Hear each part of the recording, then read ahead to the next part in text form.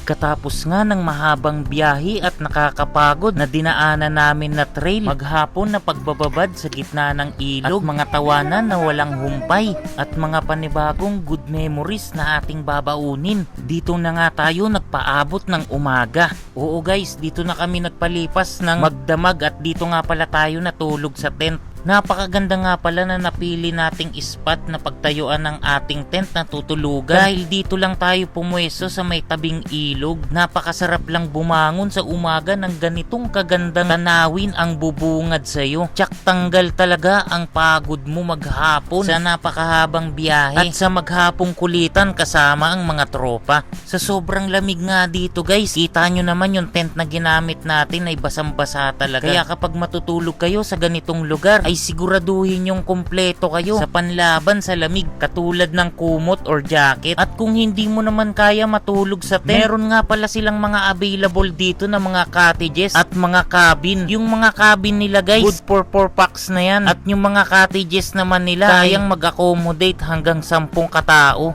At take note guys ha, kapag pumunta kayo dito ay huwag nyong kalimutan magdala ng mga power bank dahil wala nga palang kuryente dito. Tanging mga solar lights lang ang meron sila dito. Napakadabis netong lugar na to. Kung gusto mo lang talaga lumayo sa maingay na syudad, perfect na perfect para sa'yo ang lugar na ito. So hanggang dito ko na lang muna tatapusin yung video natin, at kung bago ka lang sa aking page, baka pwede mo naman i-like at i-share mo yung mga video ko, at mag-follow ka na rin sa akin kung trip mo yung mga ganitong video adventure. At wag mo na rin kalimutan mag-subscribe sa aking YouTube channel at mag-comment ka na din dyan sa baba kung may maire-recommend ka sa amin na pwede namin puntahan ngayong weekend. So paano guys, hanggang dito na lang yung video natin. Marami pong salamat sa inyong panonood. Peace!